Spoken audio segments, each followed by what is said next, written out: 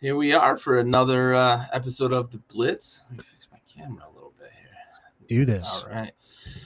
I just have to point out, I missed that beard you had in that fucking recap too. That thing was. You had the lumberjack, buddy. It was fierce, bud. You had the lumberjack. I like growing the beard out. I really do. It's just a lot of maintenance, Dude. You know, like this time of year. I mean, you had one going on last year too. Yeah. I mean, I don't know how Flint does it on a daily. And I mean, he loves his beard. I mean, I if I could grow it like really thick, like some people can, I think I would be more in tune to definitely grow it on a daily basis, and just like Mode does. But yeah, mine's a little stringy when it gets really long. Yeah, it doesn't look as full. Like you mentioned, Mode's looks very full. Yeah. Mine's very much kind of stringy, so patchy together. Yeah, for sure. So I couldn't even grow facial hair before I joined the Navy, and then I think like just shaving every day, having to shave every day, eventually my face got close to a full beard. But yeah. Anyway, we'll kick it off. My dad says it's going to be a great show. Yeah, absolutely. Absolutely. We're talking week 17. But before we get going, as we do every week, good evening, good morning, good afternoon, whenever the fuck you're watching this. This is the Blitz. I'm not even going to try to guess what episode number it is because Raul said it's like 101. Last week. It's like 205. I don't know. Something. Yeah, we're here. We're out here though. We're out here though. How you doing tonight, Stowe? I'm fantastic. Got a lot of work done today. So You're yeah, a busy man right now. I'm ready to rock and roll. Talk a little football here, and see where the night takes us. Good deal. Yeah, you are a busy man right now, but we're making do, right? Adult responsibilities. We're making do. That's right. We're surviving. All right. Well, we'll jump right in and we'll tear this Band-Aid off real quick. Yep. Let's do it. Yeah, the Cowboys are not the team that I was boasting about a few weeks ago, and it just so happened to come against the Arizona Cardinals, who for the past at least last year and this year, about after 8-9 games into it, we see them start to hit that wall and then start tumbling down. But hey, here we go. Let's just play the Dallas Cowboys in the second to last game of the season, and let's just get right back on track. Now, everyone's been talking about Dallas and their ineptitude of being able to do anything offensively. That was still the case this last week against Arizona. Defensively, they weren't bad. They weren't great, but they weren't bad. Offensively, get the fuck out of there, Zeke Elliott. Like, for real, dog. Like, there was one play, you got hit in the backfield, barely. Like, the dude grabbed an ankle, just an ankle, and you weren't even going full bore, and you just went down to a knee. Like, I saw that play, I was just like, I threw my hands up, I told my wife, I'm like, fuck, I'm getting rid of him. I'm not drafting him next year, and I think I said in one of my fantasy leagues, like, do not draft this guy next year at all. Like, he should not be allowed to be drafted at all next year. Just a sheer disappointment to all fantasy owners and the Dallas Cowboys. Put Pollard in, leave Pollard in. He's the true running back right now in Dallas. Dak needs to kind of figure it out. That first half, a lot of batted balls. A lot of batted balls, a lot of missed opportunities there for Dallas. And it was great because as a fantasy player and needing to win in one of my fantasy leagues to not get last place, I needed Zeke, I needed Cooper, I needed Zerline. I needed some key players to get some points. Didn't happen. Got last place. So you got the Sacco? I got the Sacco. In my other league, I got first place. So, I'm 50-50 right now. Yeah, you're batting a good percentage. I'm still, man, it's tough being a Dallas fan and watching that game. As far as Arizona goes, I'm still not sold on them. Who do they have this week, Gary? Do you know off the top of your head? Jesus, did they play Seattle this week? That might be right. I was looking at it earlier. Right. Let me double check that. But I got you. Cardinals Seahawks. Yep, Cardinals Seahawks. I thought it was Seattle. I wanted to make sure. Last game for Russell Wilson and Pete Carroll together. Coach quarterback combo. Pete Carroll came out this week and was saying no. Like they always say that. The writing's kind of on the wall, big guy. Yeah, it is. You're gonna be the only one left at the party to clean up. Yeah. For me, I think Seattle's gonna go out on a high note. They got DK Metcalf going this last week. Dude, so I have a lot of fucking gripes and complaints about that fucking game. Yeah, I know. Speaking of fucking fantasy woes, I know. And we're getting off on this next week's game, so I apologize. I did that. No, you're good. No, Dallas for sure was a letdown. This was a letdown game for Dallas. Going into this week against Philly, I don't know. If they don't play a very good game, I'm counting them out. Going first round, like you said in our group chat. But I'm still not sold on Arizona. I don't think they can put a full 4 quarters together offensively and defensively to sustain their games and moving on into the playoffs.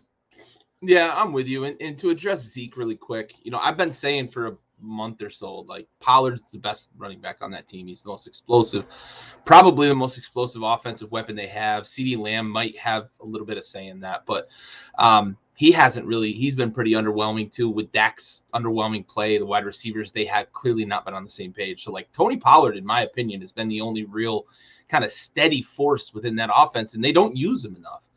I know they're worried about him maybe toting it between the tackles, but they don't use him nearly enough. And Zeke is not the feed me Zeke anymore. He's never going to be the feed me Zeke anymore.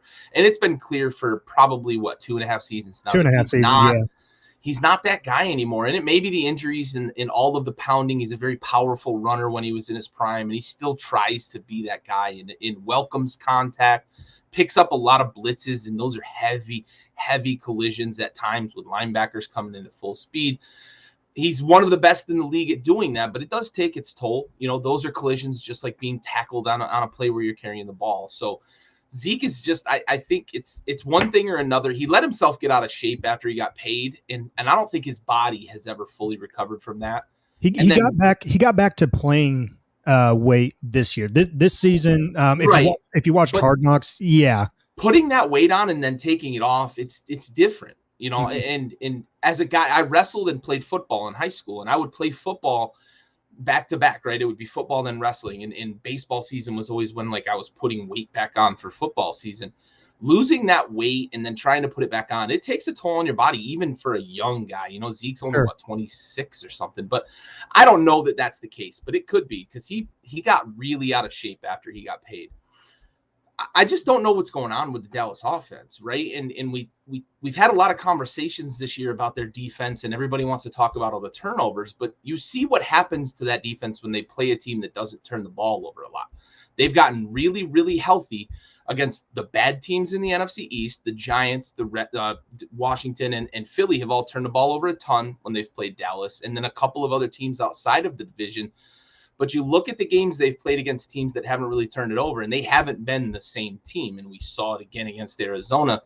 I don't know if the offense just really needs the defense to set the tone with turnovers, and that's not a good thing because you got to be able to play complementary football. And I think that's what we're going to really look back on this season with Dallas and say, like, well, at times the defense looked elite, at times the offense looked really good. And was it against bad teams, or was it just that they were inconsistent? And we see teams do this a lot where they just can't seem to string together a good 4 or 5 games. And that's what separates the great teams that go on to win Super Bowls from good teams. Right. And I'm not saying Dallas is a bad team. They're a good team. They're 10-5 and or what, 10-6 now, 5. or 11-5. Sorry. I thought they had only had fucking 17 games keeps fucking me up, but they're a good team. You don't get to 11-5 without being a good team. But as you just mentioned, and I've alluded to a few times, this to me feels like a team that's delaying tea time by 1 week, right? They're going to go to the playoffs and lose in the first round, and they're going to be golfing. And that's just the team that they feel like right now with the way they're not clicking on offense. You can't go to the playoffs, not be able to run the ball, not be able to pass the ball. You mentioned the tipped passes and the knockdowns and the batted passes, and that happens a lot. Dak's not a short guy. That happens a lot with short guys, but it also happens a lot with quarterbacks who telegraph. And maybe that's what we're seeing with Dak is people are starting to be able to read him a bit. Whatever it is that he's doing, teams seem to be able to key on it or something, and they're able to knock these passes down. You see defenders jumping routes a lot against him. He's gotten away with some throws. Maybe there's something in Dak's game that this coaching staff needs to sit down with him and say, listen, you're dipping a shoulder, or you're opening your hips, or you're taking this hitch or something like that that's really telegraphing it, allowing defensive linemen to get their hands up. I don't really know what it is. They've got to fix it, because in order for Dallas to, not just this season, but to make good on that contract that Dak for the signed, future, he's got to fix that and be able to make the guys around him better. That's what you expect from a $35 million quarterback, right? Yeah. You expect that. And that's not what they're getting from Dak. No, not at all. Not at all. Totally agree with you. And it's just, as a Cowboys fan in general, it's tough to see, because he's better than that, than how he's playing. And for some reason, as of late, Dallas and Dak just have not been putting together a full 4 quarters, both offensively and defensively. Yeah, for sure.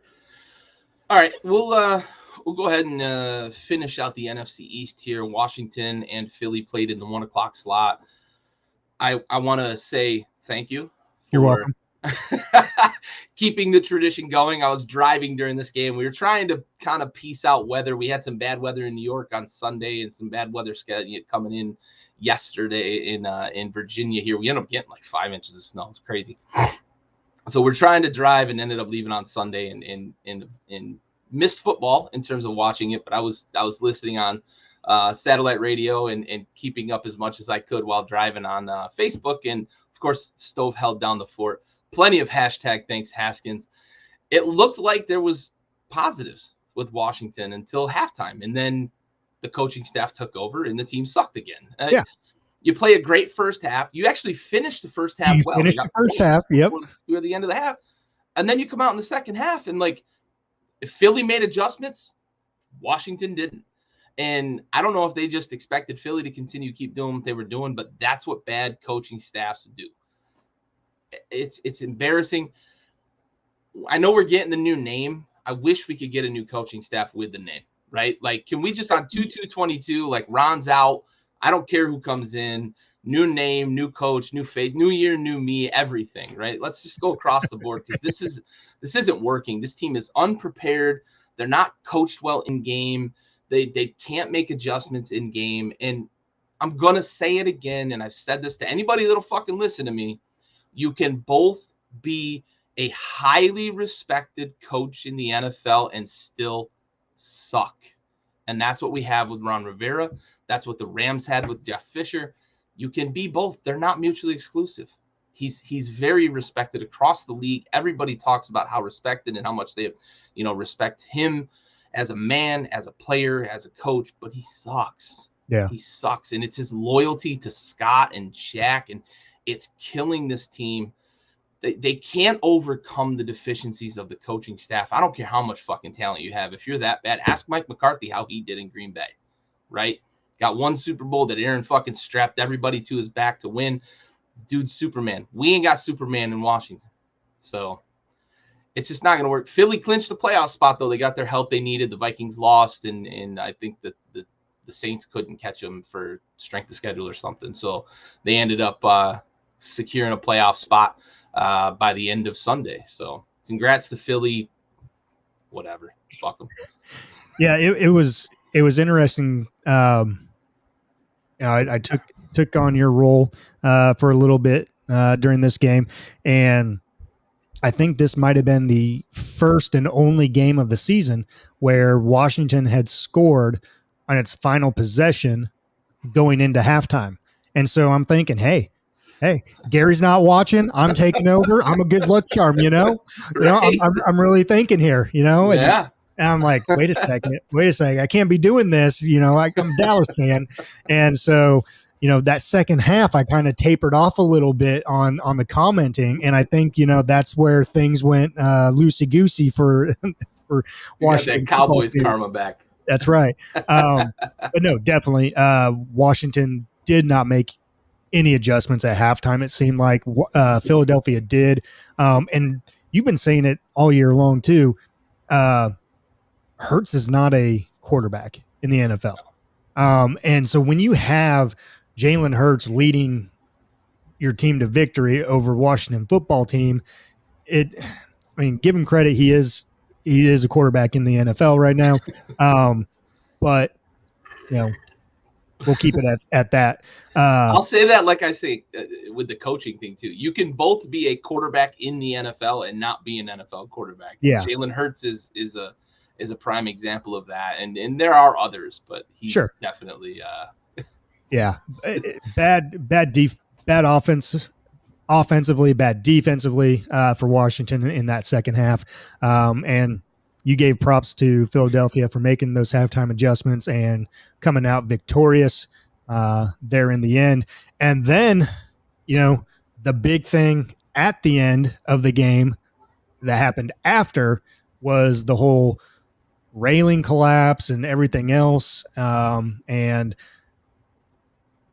conflicting reports here. Conflicting reports. Like a shithole, man. Well, it's Dan Snyder, shithole person right now. Won't say anything else. But conflicting reports. Conflicting reports that what the fork or what Washington football team officials, not really helping the people that had fallen off the railing. This and that. Who knows? But it just goes to show shit season, shit coaching, and now shit officials, shit owner. We'll get to it later with a cap or facts. But maybe this new name change is, just the thing that they need there in good old DC. Yeah. Can't wait to talk about that. And you're welcome. All right. Let's talk good teams. The Bills end up winning by 14 against the Falcons. It didn't look that good for a while. Josh Allen had turnovers, interceptions on 3 straight possessions. He's got to clean that up. They ran the ball well, which is good. But they ran him. They ran him a lot. Like more than I've seen them do so far this season. Yeah. Can't be doing that's what they were doing last year. That's what they were doing last year, especially towards the end of the season. And he was taking on a lot of hits. Yeah. Can't be doing that if you are a franchise quarterback. I know you're big. I know you're tall. You want to show people what you can do and, put the team on your back. But that's what you have Devin Singletary for. That's why you have some paid running backs back there. They may not be cream of the crop or anything like that, but that's what they get paid to do. They need to minimize the hits on Josh Allen.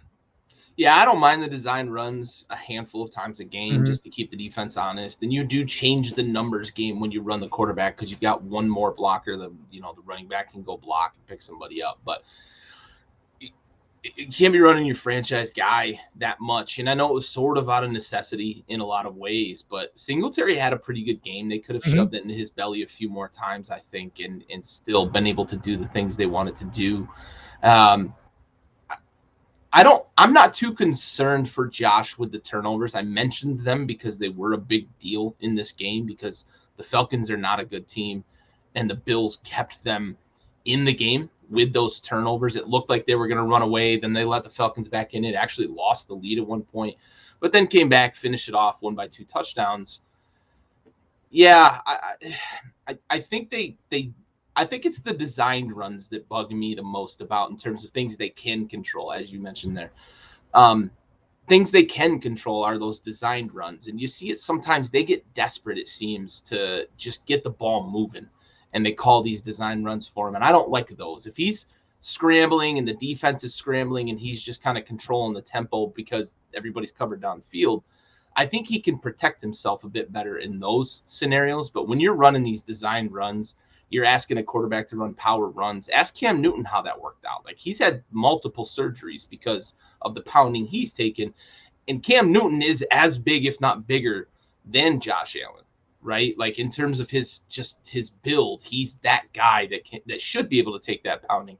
He's run into the problems. So I don't want to see Buffalo fall into that where they're bailing out the offense with these designed runs. I know you want to win the division, and I know that's a game that you really need to win, but I don't want to beat the Falcons at the expense of Losing Josh your Allen. yeah, exactly. Right?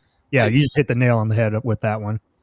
you just don't. And they've got a bit of what should be a cakewalk game this week, but ask the Bucs about that. But the Bills should beat up on the Jets this week, get into the playoffs as the one or the I think they'll end up the 2 seed potentially if things work out with Kansas City, etc.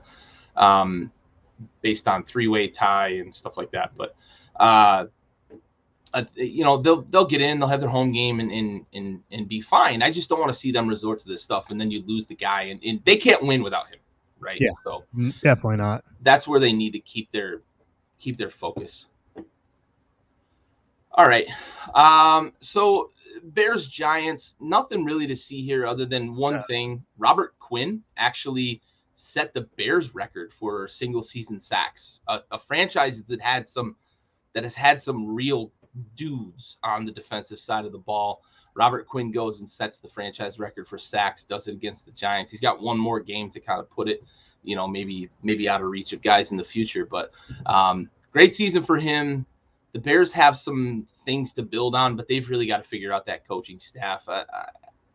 Do you have anybody in mind that you think would be a good fit there for Chicago? Obviously, Nagy's out. I think the writing's just been on the wall, and if they bring him back, they're asking for trouble. But to be honest with you, I mean, I think the writing's been on the wall for 2 years now. They still, you're not wrong. I mean, and he's still there. You're not wrong. So, to be honest with you, they've been going back and forth with Fields and Red Rocket this year. I'm saying he's back again, and I don't like it. I don't like it. I think if you put anyone there, I think you're going to be better. Yeah. Nagy to me is just not a good NFL coach. He cannot. I don't think that he can prepare a game plan around his quarterback. We saw with Trubisky. He finally last year towards the end of the season last year, finally start to get something of a game plan going with Trubisky last year, and you saw it start to flourish. It took him how many years to do that? Yeah. Now you spent a first round pick on getting Justin Fields, but you brought in Andy Dalton on a 1-year, $14 million contract. So you started Dalton. He gets hurt. You bring in Fields. Fields struggles a little bit. I still think Fields is going to pan out for him. But how much longer are you going to have Fields be under the tutelage of Nagy? Yeah.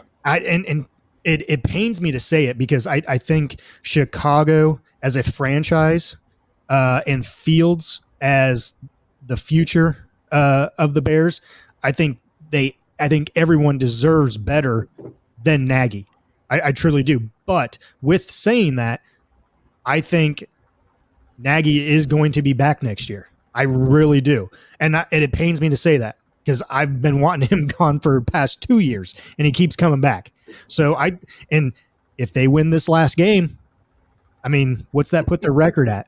I mean, It's a winning record again, I believe.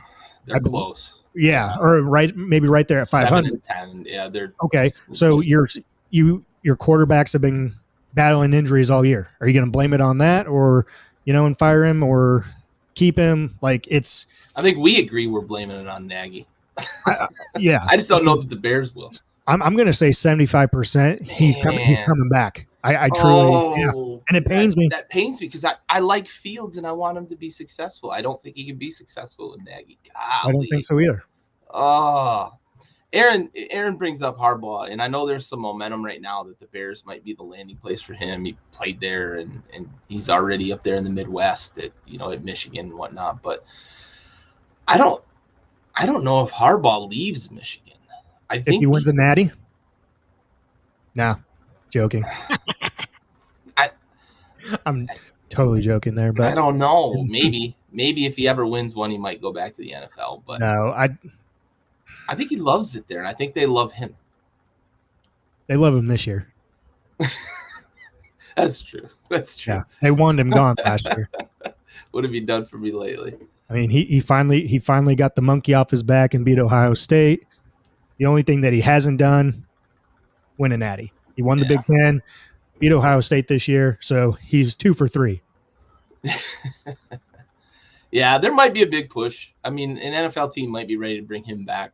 I don't know how much he burnt Bridges over there in San Fran. I don't know. Yeah, I mean, Bridges might be the right word for it, but I just think that he was very caustic there. And I don't know how many NFL owners and GMs are going to remember that and think that maybe he's not the guy for like today's NFL, right? To coach the modern NFL player, which is very different than the 90s and early 2000s NFL player like a Harbaugh was.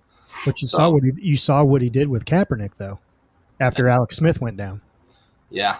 So I mean, there's intrigue there for sure, and I think some NFL teams are going to try to make some phone calls, but and Harbaugh does have some experience with Justin Fields. True. He knows him just a little. Yeah. All right, let's move on to maybe the game of the week, or pretty damn close to it. One of the few that could really make a claim to it. Bengals come from behind against the Chiefs, get a win 34-31. It got really weird and hectic at the goal line on the last possession of the game. That like was 7 plays, a couple of penalties. The Bengals were taking a chance, like really cutting it close, trying to burn as much clock as possible, which is smart against a guy like Mahomes. Sure, yeah, sure. But they got lucky with a couple. They got real lucky. A 4th and goal penalty to get a first down. Like woo. And I think you're missing one of the key things though here too. You had Tiger King go out with an injury. Yeah. After one of those, he looked okay in the locker room though. Oh, sure. I will say that. Yeah, that's victory cigar and everything. Yeah. I don't want to just ignore that. You're absolutely right. And it worries me. I didn't see how bad he was limping off the field. I haven't even seen a replay of it. I haven't been able to find one, but they said he limped off. On the radio call, they said he limped off pretty bad. He was limping pretty good. Yeah. Pretty good. Now, it was on his own power. But, man, I don't know what Zach Taylor was doing on some of those play calls. Like I was living on a razor's edge. I was over at my buddy's house, who is the biggest Cincinnati fan, and we're just like he was going crazy, and we're looking at each other like, what are you doing? Yeah. Like kick the field goal, or just kneel it right there, man. And do all that and then kick the field goal. Stop going for it. Stop doing the quarterbacks. It's not working for you. Then you get Burrow hurt. Then you have the penalties. You have a pass interference and a defensive holding. And I know I might upset some Kansas City fans and just pour salt on the wounds here. Those were penalties. Those were penalties. Stop blaming the refs for it. There was no Those question. were penalties. Clearly look at the replays. Those were penalties. If you don't like it, oh well. I don't care. They were penalties. You guys lost. You're still in the playoffs. Yeah. Now, with all this being said, hail to Tiger King here. Great job. Him and Jamar Chase past 2 weeks. Holy cow. He has over 900 yards in 2 games. 8 touchdowns. Yeah. Ridiculous. Jamar Chase went for like 260 and 3 tutties. Ridiculous. If only I would have started Burrow in my fantasy league, I wouldn't even had to worry about last night's game at all. Oh my goodness. But that's on me. But great win for Cincinnati. Great win. Happy to see the win. Happy to see them in the playoffs. Joe Burrow succeeding, especially after last year and coming back from the knee injury. Zach Taylor definitely on the hot seat this season with it. Former Nebraska quarterback. So happy to see him succeed as well. Now, moving on to the other side of the ball, the Kansas City Chiefs. We've been talking ever since they were 2-4? Yeah. How we weren't sold on them offensively, weren't sold on them defensively. I'm real close on being back there on that Chiefs train. They have definitely progressed. They figured something out mid-season, and they're 12-4 team, or I'm sorry, 11-5 team right now. Yeah. So they have figured it out. They're playing better ball. They're playing better ball than the Dallas Cowboys, who I'm all for, but if you're putting head to head, I know they're two different conferences here. I would say right now the Chiefs are definitely the better 11-5 team, both offensively and defensively right now. Yeah, and my dad mentions here, like playing on Wild Card Weekend. The Chiefs, they don't want to play Wild Card Weekend, and they want that bye. And who doesn't want to bye? They're going to face some. Yeah, they're going to face some teams though that have built some squads to contend with them. And they are not the juggernaut. They're not the invincible, the immovable object they used to be. Excuse me. I'm with you though. Like there were long stretches of that game where like the Chiefs looked really bad. And to allow the Bengals to come back and beat you, they were up I think 17 or something at one point, and Bengals storm back and get them, and it's a great win for Cincy, and I can't heap enough praise on Cincy. I also can't say enough that they were right and I was wrong. When they took Jamar Chase, I said Penei Sewell would have been the right pick, and Penei Sewell would have been a fine pick for them. He's been fine in Detroit, but fuck, man, Jamar Chase is the fucking real deal. And everyone was talking beginning of the season. I can't see the football. I can't see the ball. He's not catching. Like the laces are different. There's those stripes. Yeah, dude's fucking balling out right now and catching. He figured the fuck out somehow between preseason and the regular season. He figured out how to catch a football.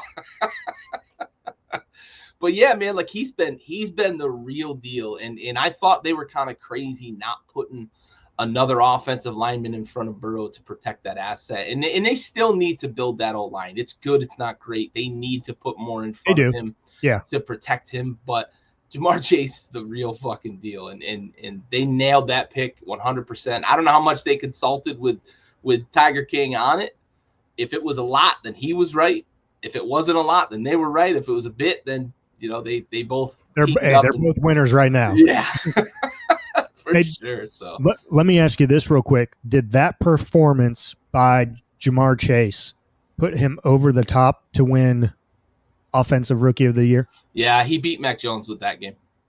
Honestly, I think that game, despite the fact that the Pats hung a 50 burger, but they scored a bunch of rushing touchdowns too.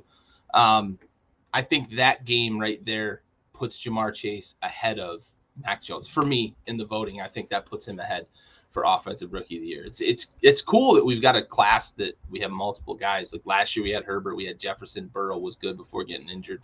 It's cool to have these kind of classes where you've got guys that you can discuss, as for sure candidates. So Yeah. it's a good draft class again this year. Nope. All right. With you. Dolphins, Titans move into the 1 seed. They're in the catbird seat for having the bye, the only bye this year. It's different, right? You get one bye, so it's a big deal to be in that 1 seed spot. And for the Titans, I think it's even more important for them to have the bye because they've got the fucking mutant waiting in the wings. And if they get an extra week to get him healthy, that's the biggest X factor in football. Right? Going into this playoffs, that's the biggest X factor in football. You got fucking Wolverine waiting to come claw his way through defenses the way he does. So Derrick Henry, potentially, we've heard some rumors he might even get some time this week. I don't think they'd be smart to put him in a game this week. Let him practice. Let him get his feet under him. We'll see him in divisional round weekend, and I don't think any defense wants to see that guy get healthy and come back. No, yeah, for sure. And, I was saying it early on in the season, I wouldn't even bring him back in the playoffs just because he is your franchise player. You don't want to re-injure that injury and potentially have it be worse than it was, and have to have another surgery on it. And, we all know how multiple surgeries for people, foot injuries, especially for running backs and everything like that. They tend to not have a very good lifespan in the NFL after that. So be very, very cautious with this. I know it's a chance to go win a Super Bowl. So they're probably going to activate him and play him in that divisional round, but just be very, very cautious, limit the workload. But, I'm not a NFL GM or coach. I think you said it right there, right? Like these opportunities that they're staring at right now, having won these games without Derrick Henry and gotten themselves into a position to have the 1 seed, they look like, at least if I'm in that locker room, we look like a Super Bowl contender, especially if we could bring Derrick Henry back at 90-95% of what he was before the injury, right? If he's right, he's a difference maker in every game he ever plays in. For sure. So I think you said it right there, right? You don't get these opportunities to go win a Super Bowl very often. And I think that they're going to have to measure long-term impacts. If he's not right, if the doctors have any question about whether he's right, I think as the franchise guy, you certainly have to be cautious for sure. I'm with you 100% on that. But I think erring on the side of we could go win a fucking Super Bowl is probably going to be what they do. It's definitely going to be bricks against feathers right there. Yeah, for sure. The Dolphins drop one here, though, after a 7-game win streak. They are out, I believe, of playoff contention or on really thin ice. I believe they're out of playoff. I think they're out at this point. Yeah. I think the Colts, Chargers, Raiders, and Steelers, I think, are vying for the last couple of spots here. So could be interesting. I actually saw, mentioning playoff stuff, I actually saw where the Colts play the Jaguars in the early slot. The Raiders and Chargers play each other in the late slot. If the Colts lose to the Jaguars somehow by some weird stroke of football craziness, the Chargers and Raiders both make the playoffs if they just tie. If they just kneel the ball for 70 minutes, 60 minutes of regulation and 10 minutes of overtime, they just kneel it out. Somebody calculated it would take like... Are you serious? Yeah. If they each would just kneel it 15 consecutive times, they would tie and would both get into the playoffs. Could you fucking imagine if that happens? Can like everyone just start betting that money line? I would pay money to watch that. I actually, man, I don't know about that, but just to see it happen in the this is why scenario. This is why the NFL just moved them into the late game. as of yesterday, there was no team Yep. in the late game. Yep. And so now we know that this is why they're in the late game. Yep. We got the NFL, fancy NFL and flex. Vegas know something here. Maybe. If the Jaguars beat the Colts, it might be time to put the tinfoil hat on. Oh yeah, for sure. All right. Speaking of the Raiders and the Colts, they played each other this past weekend, and the Raiders knocked off the Colts. And I'm gonna peacock for just a moment. I picked this game. I picked the Raiders to make the playoffs. We were talking wild card teams last week. I picked the Raiders to make the playoffs, so I guess I'm picking them to either tie or beat. Well, I picked them early on the season. So yeah, you were buying early. You were buying Derek Carr early, and yeah, we're here, right? We're here at this point. They win, they're in, and that's what it boils down to for the Raiders, also the Chargers. But 23-20 over the Colts. A lot of people had been talking about Jonathan Taylor for MVP. He had a good game. He didn't have a monster killer game to put the Raiders away, but the Raiders weathered the storm of Jonathan Taylor and Derek Carr. Late game heroics. Like, that dude is just ice cold. We've been saying it all year, though. We've been saying it all year. Yep. Like, he brings that BDE to every single game. Yep. Now, the problem with it, though, and with him, is we just don't know what side of Derek Carr we're going to get. Are we going to get the one that takes care of the ball, and is firing on all cylinders, or are we going to get the Derek Carr that will turn the ball over late in games and then, your team's done for? That's kind of been his MO throughout his whole career as well. But you said it, I've said it early on as well. He brings that attitude to every single game. Every single game, he's always jacked up for it. You can call him the fighting cars or whatever.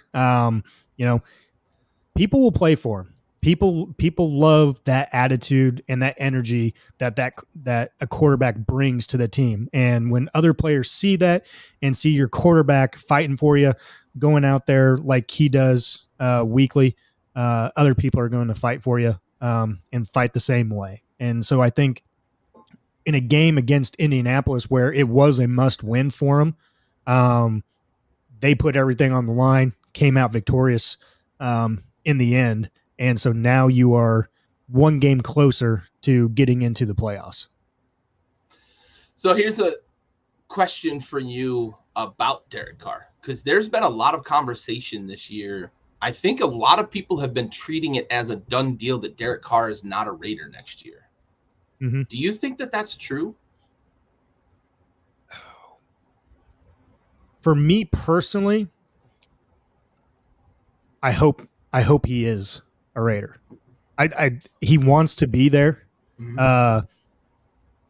He's endured a lot. Coaching changes, Del Rio, then Gruden, everything this year with Gruden, having an interim coach. I mean, they still don't even know who their coach is going to be for next year. So it could be one of those things where, they bring in someone totally different and they don't see Carr in their game plan. And so the writing may be on the wall then to where, he just says, okay, trade me. Here's my destinations I want to go to, whatever. Or it could be one of those things where coach comes in and says, here's my game plan. Here's my vision. Are you in on it or do you want out? And I think from what we have seen with Carr and throughout his career, he's going to be one of those guys that says, let's fucking go. Let's do it. Yeah.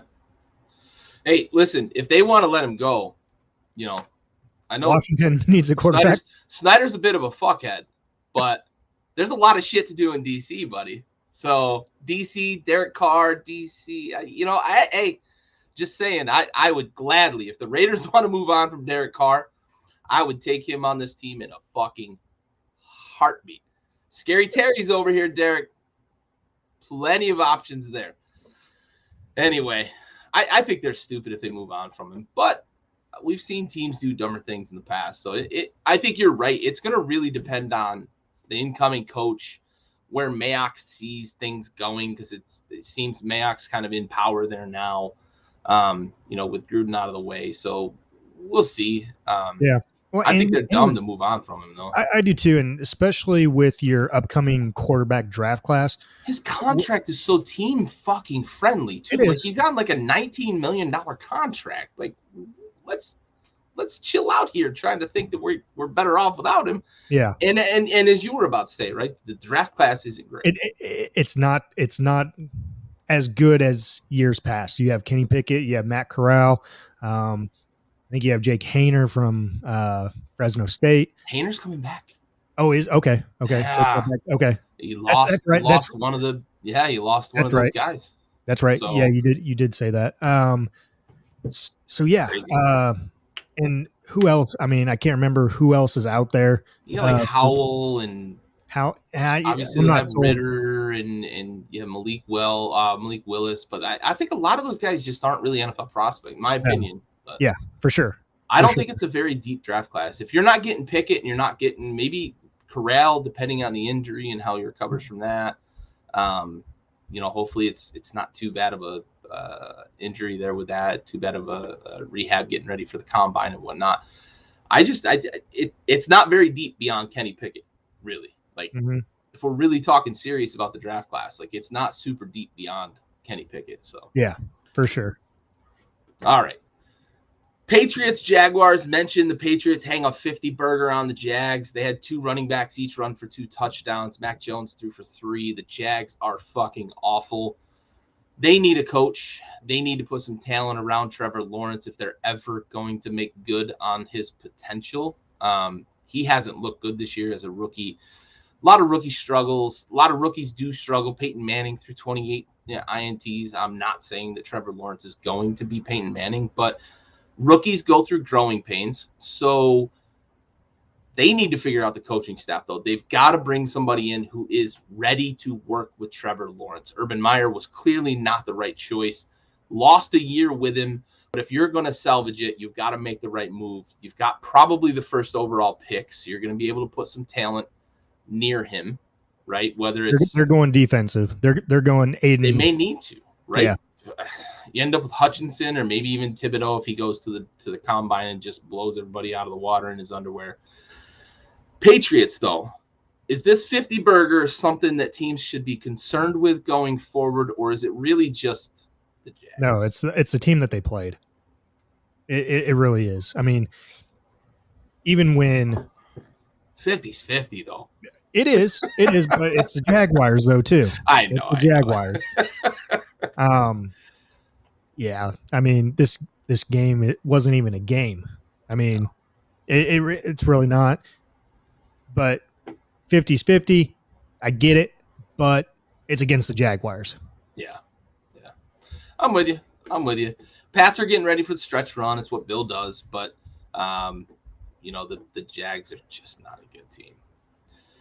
In maybe the most surprising of games, even taking Antonio Brown out of the equation, the Buccaneers need a very last-second touchdown to beat the Jets. I know. I was watching the Jets this. Played such a good game that I feel like they should have been rewarded with a win. But when you're a bad team, you're a rebuilding team, these are the games you lose. Yep. Right? And when you're the defending Super Bowl champions, these are the games you find a way to win.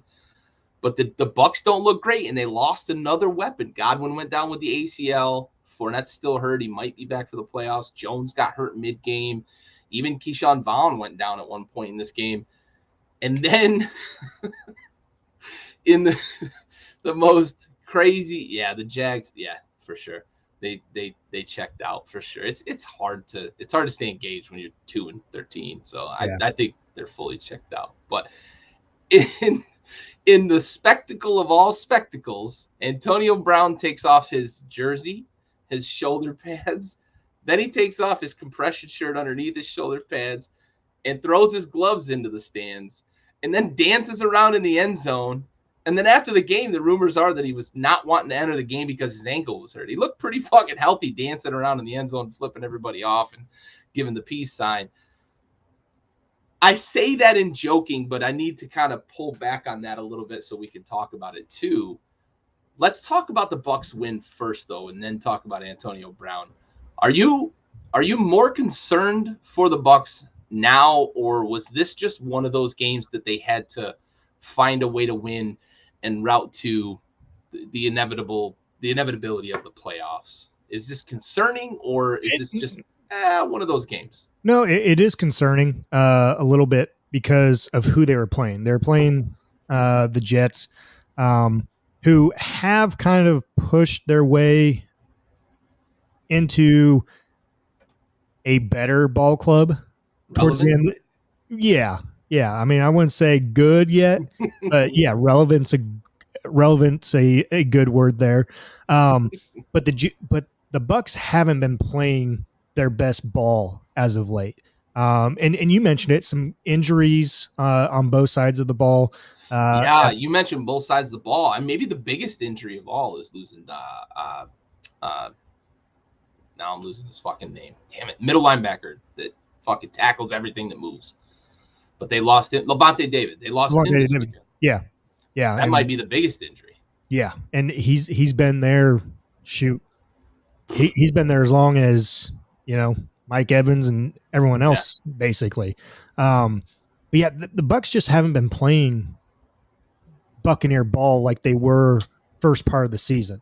And I know injuries, can affect that. Can affect the flow of things. Some new chemistry, new people coming in, playing some spots that they normally don't get a lot of reps in, so they're learning as well too. But definitely coming back against the Jets, they needed to do that. I think to see that, to prove to themselves that, okay, despite all these injuries, despite being down to a Jets football team, that we can come back and survive something like this. That's a good mental booster going in to the playoffs. So yeah, that's a good point. I think good teams get tested and they respond, and I think that's what we saw from the Bucs late in that game. I also think teams like that can kind of fall victim to going through the motions and thinking, we're just going to come back. It's not a big deal. But if Zach Wilson's able to convert that 4th and 1 that they went for, and I love Robert Saleh going for it. I do too. I love the mentality of going for it. I think there's some validity to kick the field goal and just kind of keep the momentum and because a 4th down stop's a big momentum builder for the other team. But I do like the decision. I like the aggression. I like him kind of making a statement for, his guys in that locker room. But I think this is one of those games that like the Bucs can just say, hey, remember when we almost lost to the fucking Jets? Like that was kind of weird, and then move on and concentrate on the playoffs. So I think the big deal with the Bucs though is that they are really depleted. And they might just not have the horses to even contend in the NFC playoffs. They'll get Fournette back, I believe. Hamstrings can be kind of weird, but they don't have a ton of weapons. And like Tyler Johnson and Grayson they're not going to save the day. So Mike Evans is going to have to step up in a big way. Gronk, we've seen him step up in the past. They're going to need him to do the same, or else they're going to be a pretty early exit in the playoffs. Yeah, for sure. All right. Another game where a team that probably should have rolled more than they did had a late comeback to come from behind against the Ravens. A very depleted Ravens squad with a backup quarterback and like everybody on defense hurt. Rams win 20-19. Late game touchdown to Odell Beckham. Cooper Kupp continues to just cruise with numbers, dude. Jesus, this guy is fucking nuts. What are the Rams looking at this win? Are they a team that can make noise in the NFC playoffs, or are we worried about Stafford? No, they Couple can more make. turnovers this Yeah, weekend. and that's I was just going to say that because we've seen that with Stafford in Detroit. You see him go on stretches of 3 4 4 3 touchdown games, and then all of a sudden you see him backtrack. And you had last week, I think he had 3 INTs. This week, I think it was Two, at I least believe. I think it was two. And so when looking at this and coming from a fantasy owner and Stafford as my quarterback and Burrow, this is where I should have recognized, you know, Stafford Detroit, Stafford Rams. Three INTs last week. Hey, he's going to have another game just like that. Two INTs this week. Should have seen that. Should have started Burrow, done and over with. Whatever. But Rams can make noise. They can offensively and defensively. They can definitely make noise. They just have to. They have to take care of the ball, and it starts with Stafford. And I think if you get back to the weeks 1 through 6 Stafford, I think that's where if he can play like that, take control of the ball, and if they can run it a little, they need to run it too. They're definitely going to make some noise for sure. Yeah, what I liked from this weekend was we saw Von Miller. Mm-hmm. He's been kind of quiet since coming over, and he had the sack to put the game on ice at the end of the game. So that's a good sign for them defensively that they're going to start getting some production out of Von Miller that they were expected to get. I trust that before they get to the playoffs and they start playing these playoff games, I trust Sean McVay and I trust Matthew Stafford to say, okay, we got that out of our system. Now it's time to get serious and work within the offense. I trust that. I don't know if my trust is going to be rewarded, but I trust that.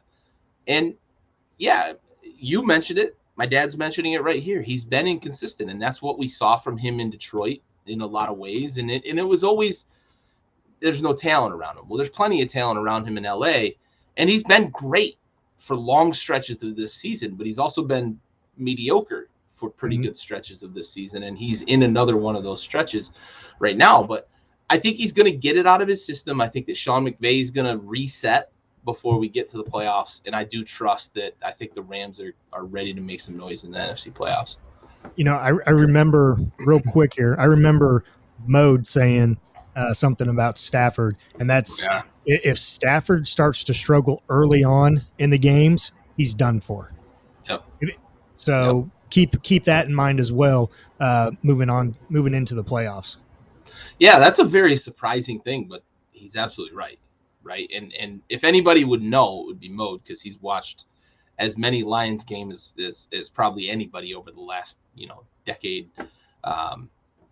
So I think we're going to see them get it right before the playoffs. But again, my trust could be misplaced. Who knows? All right, another game that had some playoff implications here. Broncos-Chargers. Chargers have put themselves in position to win and get in this weekend against the Raiders, or if the weird tie scenario rears its ugly head. A pretty dominant win against the Broncos, 34-13. The biggest surprise for me coming out of this game, though, the Chargers stopped the run. The Broncos are one of the better running teams in football. Javonte Williams and Melvin Gordon are very good running backs. They're one of the best, probably 3 tandems in football. And Javonte Williams rushed for like 35 yards and Melvin Gordon rushed for like, I think, 41. That was unbelievable for a team that's like 31st in the league in run defense. His name is going to elude me, I promise, but that nose tackle that they've got, Justin Johnson, I believe is his name, but it's probably not that. He played fucking lights out this weekend against that Broncos team. I heard his name on almost every fucking run play for the Broncos. It seemed like he was just disrupting everything in the backfield, hitting guys all over the field. If they can get that sort of play out of their front four against the run, they're going to be a dangerous team to contend with going forward, because that's been their Achilles heel. Teams have just run the ball down their throats throughout this season. After that big 5-1 start, teams figured it out and just started pounding the rock at them. And we've seen the Chargers really, really struggle to stop the run. If they can stop the run like they did this weekend against a very good run team, that's going to be a very dangerous team to play against, because they can fucking rush the passer. Bosa. Yeah. Bosa was definitely getting some pressure. That defensive line was getting some pressure this past weekend. So I think that was probably one of the better defensive performances that I've seen from the Chargers this whole season. Yeah, for sure. All right, that sets up a very intriguing game this weekend, so I also like that for sure. All right, Trey Lance gets his second start of the season in relief for Jimmy Garoppolo against the Texans. Not many teams better to get a start against than the Texans that are struggling. They've beat some teams they shouldn't have, but Lance looked okay.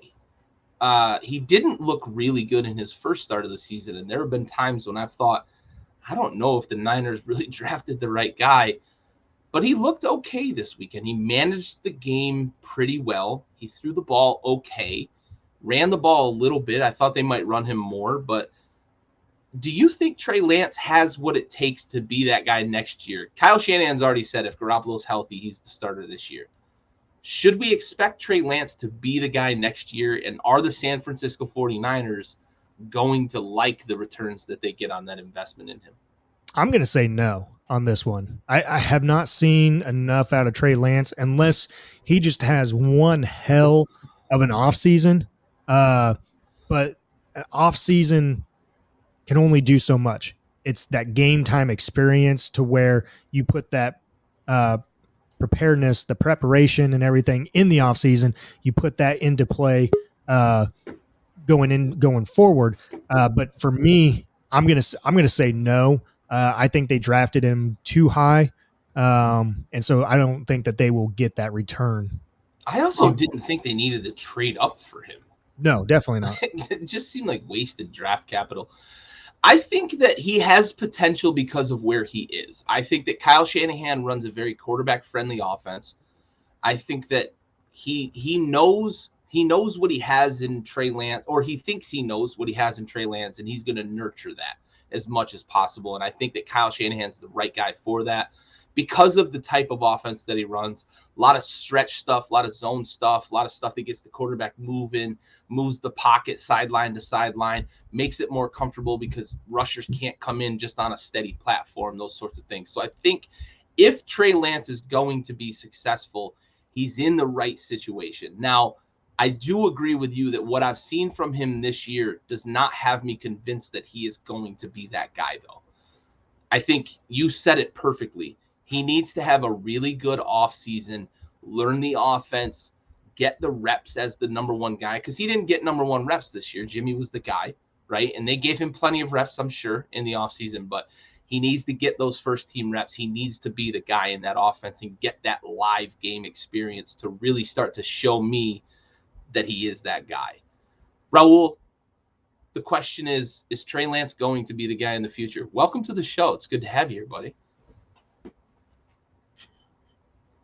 Uh-oh, we may not have him. Technical difficulties? Hey, it's be here. He's frozen. He is a little frozen. Elsa got him. Uh-oh. I'm going to refresh him in the stream. I'll add him back here in a minute. Damn it. We got you, buddy? Yeah. A little jumpy. Oh. I don't know. Do you? If you can hear me, you may need to refresh.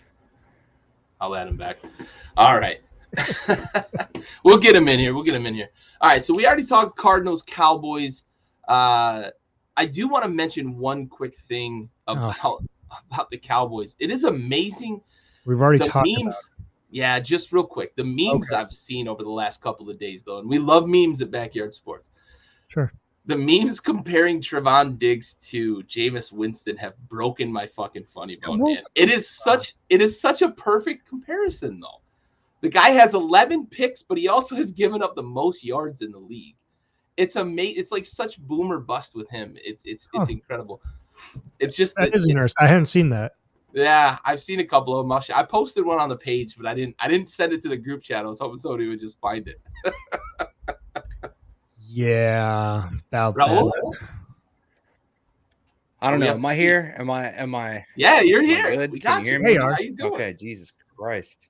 Good to have you know, here, man. I just we fucking work talked here. Cardinals Cowboys earlier, and Stove had a beautiful monologue about the Cowboys and the struggles and where they're at in the state of affairs. Do you have any thoughts? I'm going to open the floor because you are one of the resident Cowboys fans. What are your thoughts? I think whenever I said earlier in the season that the Cowboys, it's not their year, and I'm going to be content with one playoff win, I meant that. And so this is exactly where we're at. It's exactly where I fucking thought. Like, I didn't even expect us to lock down the goddamn division, dog. So this is okay. All right, great. I'm glad that we did well enough in the season against sub 10-0 teams, sub 10 win teams to be able to fucking get to where we are. But if you stack that season with more presence with the Packers and the Cardinals and everyone else that we're seeing as a contender in the NFC, the Cowboys are not in the playoff picture. It is what it is, and that's okay. But one playoff win's going to be solid, and we're going to have to beat the team that fucking put a clinic on us last weekend. Yeah, it is kind of lining up that you guys are going to face Arizona. Good. Bring it. Right. And with that being said, though, one win, and I fucking mean it, we're going to beat the Cardinals. It'll happen. So you're going to put the first blemish on Kyler Murray's record at AT&T Stadium. He's 8-0. 8-0 at AT&T. Going all the way back to high school. Okay. He went to Allen High School, which is always the top contender in state Texas football. Come on. Stop. He went to OU, who played UT, who has been UT during Kyler's time. You know what I mean? Like, it's not 2009 UT. It's 2015 UT. So his 8-0 record is okay as fuck. Exactly. All right. Allen High School, great wins. Cowboys, okay. You know, you're fucking you're beating up on them. But you know, we'll see what happens. I want to see some better consistency with Dak Prescott in general. Yeah, that was a big thing we talked about earlier. Dak's an issue right now, for sure. He's absolutely an issue. So that's all I have to say about that. Yeah. All right. What ended up being an inconsequential game, Panthers Saints, the Eagles locked up their playoff spot with a win by way of, I think it's like strength of schedule or something fucking weird. But Saints beat the Panthers 18-10. Taysom Hill looked like an NFL player for probably the first time in his career under center. Any real thoughts to take away from this one? I feel like the fact that it's happening now in Taysom Hill's career is like enough to tell you that it's probably a one-off. Yeah, probably.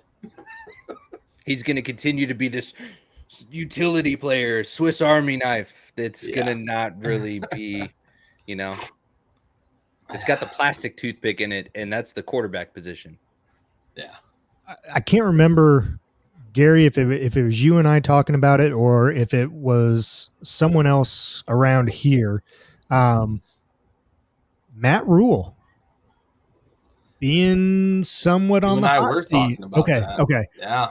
Being on the hot seat here now. I don't like him being on the hot seat. Well, you know what? When you fire your offensive coordinator for... I think it was all three of us that were discussing this. I think actually we were. Yeah. Okay. I think you're right. Yeah, it's... You can't fire your offensive coordinator and then have your offense get worse.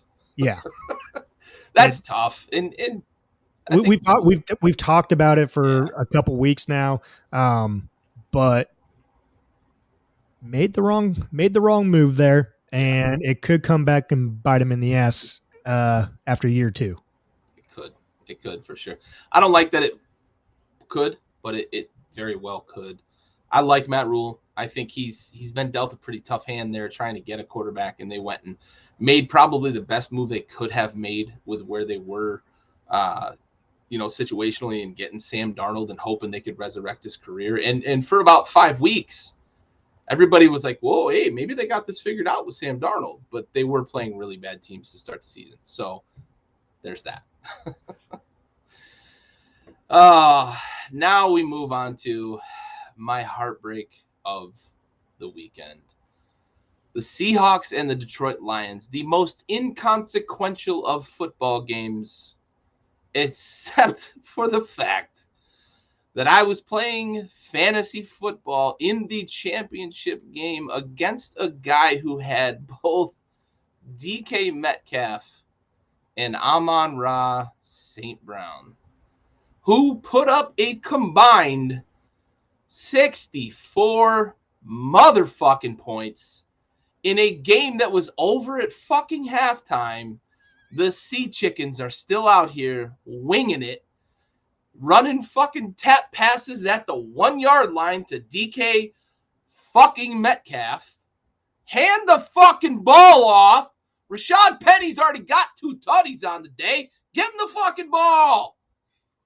So that combined fucking score ends up beating me by 1 fucking point, not even a full point, 0.96, because the game we're going to talk about fucking next, the Minnesota Vikings kicker, Greg Joseph, who has missed multiple game winners from inside of 40 fucking yards this year, decides he's going to make a 50 fucking yarder and score just enough goddamn points to beat me, because Mike Zimmer, the worst fucking coach in football, is down 27 points and kicks a fucking extra point. What the fuck are you doing? I swear to Christ, the fantasy gods had it out for me this weekend. I'm done on my soapbox. I finished fucking second in my league. I should have won the fucking thing. Anybody got any thoughts on Seahawks Lions? Nope. So the next game. Excellent. Vikings, Packers. Packers 37, Vikings 10. No Kirk Cousins. The Vikings had 0 chance on offense, and the Packers made them pay for it. Aaron Rodgers is like 36-0 touchdowns to interceptions against the NFC North the last 2 seasons. Holy fuck. What kind of numbers are those? Is Aaron Rodgers the MVP? Yeah. Is it close? Nope. Not even. No. Raul? No, it's Aaron Rodgers. Yeah. He's not real.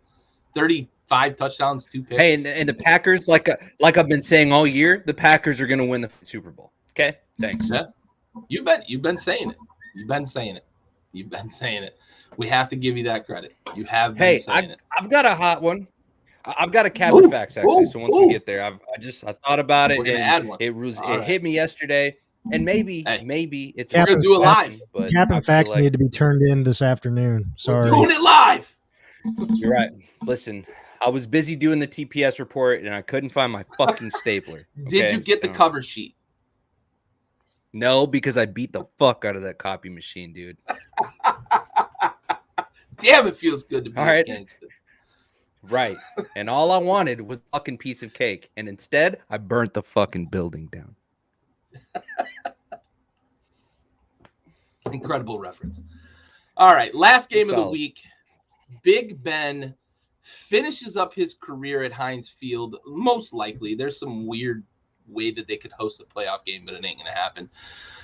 If they somehow sneak into the 5 seed, they could host a playoff game. It ain't going to happen, though. I saw your eyes, though. It ain't going to happen, but it could. So likely, Big Ben's last game at Heinz Field, they go out in style, 26-14 over a division rival, the Cleveland Browns. The Cleveland Browns are a fucking Cleveland steamer this year compared to what we expected from them to begin the season. But let's talk a little bit about what this game meant in the grand scheme, right? They needed this win to keep any sort of playoff hopes alive. They can sneak in if if results go their way in two games, there's the Colts Raiders and the Colts Jags and the Raiders Chargers game. If those results go really well for the Steelers, they could win and get in. So do you think the Raiders are a team that you expected to be in this position at the beginning of the season? I think we all had a lot of issues with Ben Roethlisberger coming back, but they've just kind of hung around and won games, and suddenly Mike Tomlin, as he always fucking seems to be able to do, has the troops playing well, and they've won enough games to be in this position. Another winning season, or at least even. He goes another year without a losing season. Right. Fucking the worst they're going to finish is 500. Absolutely. We were mourning that loss where he was going to have his first losing season. Right. We were mourning that halfway through the year. We were all talking about. We were talking about him for the USC job halfway through the season. He wasn't. No, he wasn't. Exactly. And damn right. What a great interview too. Yeah. You got time for that bullshit. Sure. What do you see from the Steelers though? Do they have enough juice to do anything this year? No. They don't, but they have a defense that they can. Yeah. Defense was awesome. TJ looked awesome last night. Christ. Hey, what a great segue into my question. Since it doesn't have a title on it, I'm just going to pitch it out now. Let's do it. Cap or facts, TJ Watt is the best Watt.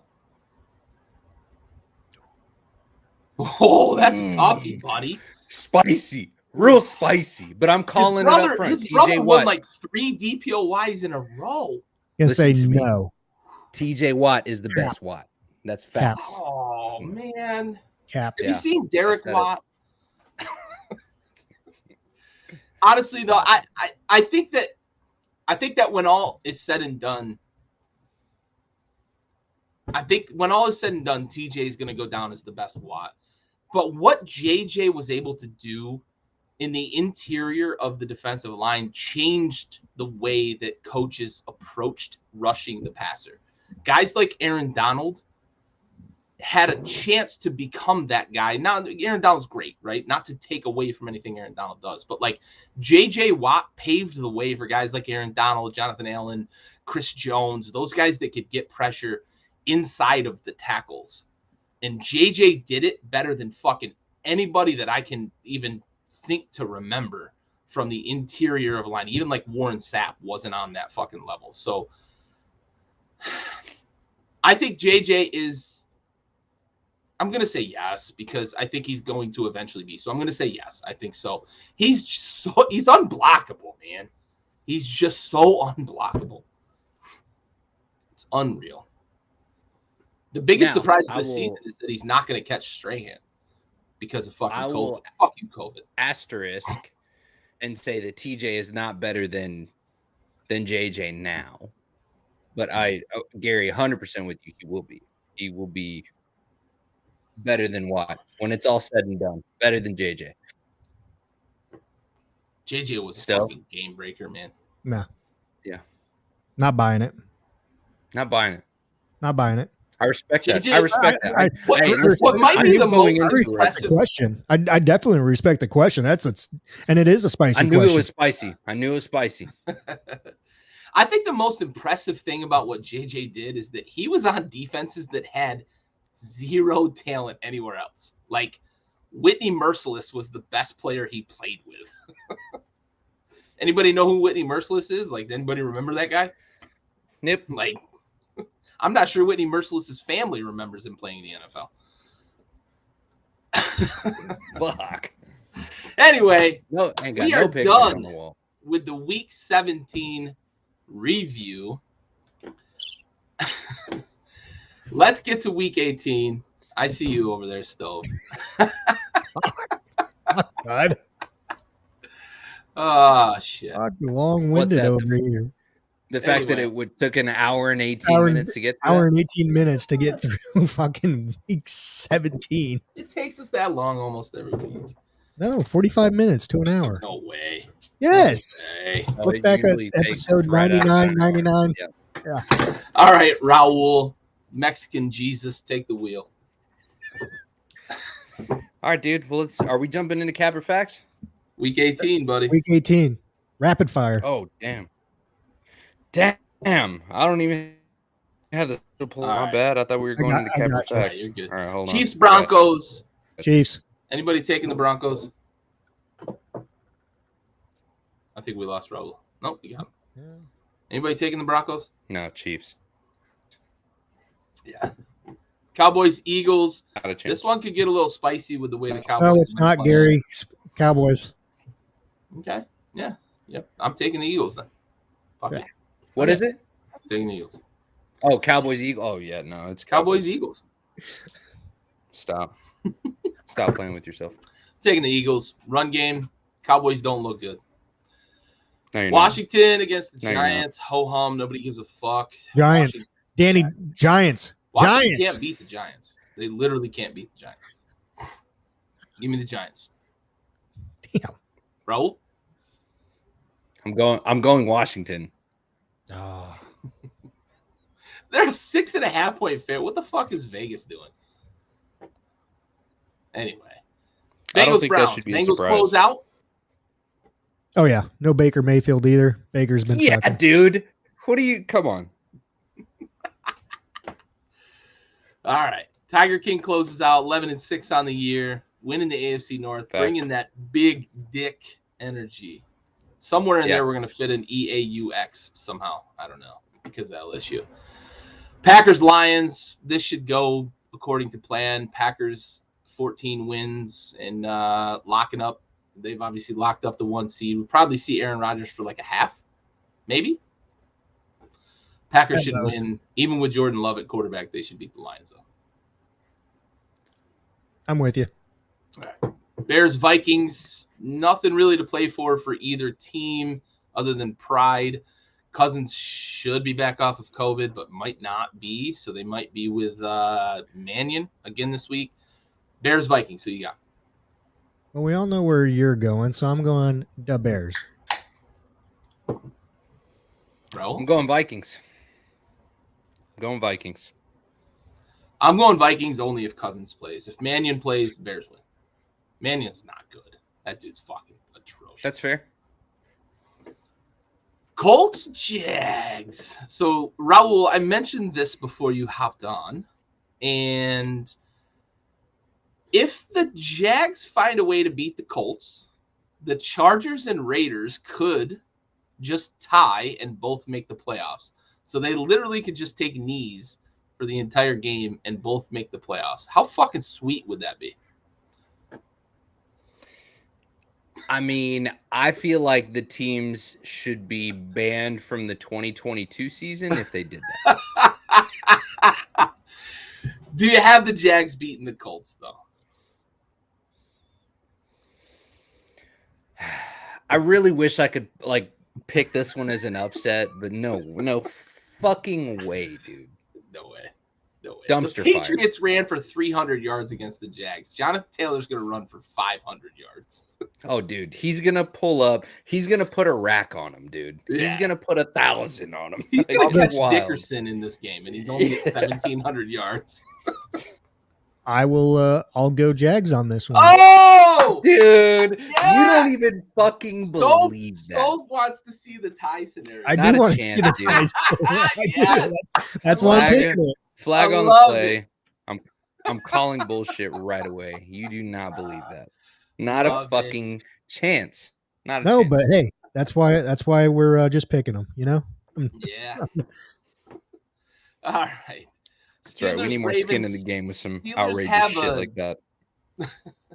Steelers, Ravens. Steelers have a very, very outside chance of getting in the playoffs. Need this game against the Ravens. We might see Lamar Jackson. We might not. That's been the story for the last few weeks. Steelers or Ravens? Who you got? Oh, do you mean because he takes a golf cart ride every game? Yeah. Okay. Steelers. Yeah. I gotta believe. I gotta believe in old Big Ben. He's just gonna take a couple. He's gonna give it gas. Yeah. He's gonna give it the gas in his last game, but also the Ravens are so depleted. I think the Steelers are gonna be able to beat them up a little bit. All right, Titans, Texans. Titans win here and they close out with the 1 seed. Texans really shouldn't give them any trouble. Do you see the Texans upset? Stove with the upset. Okay. Yeah, I'm going upset here. All right. He likes upsets this week. I will say on Wednesday night, Stove does pick a lot of upsets. He's right fairly frequently, but he does pick a lot of. He loves the underdog. Loves the underdog.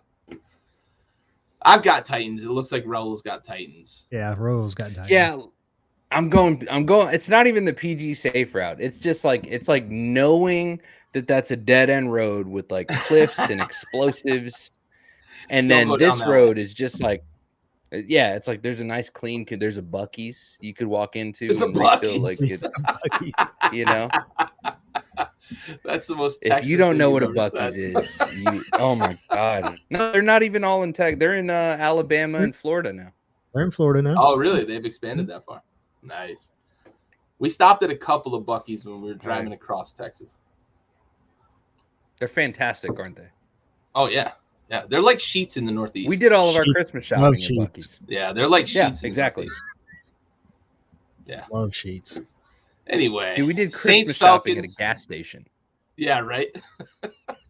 That's how nice they are. It's like the shopping mall gas station.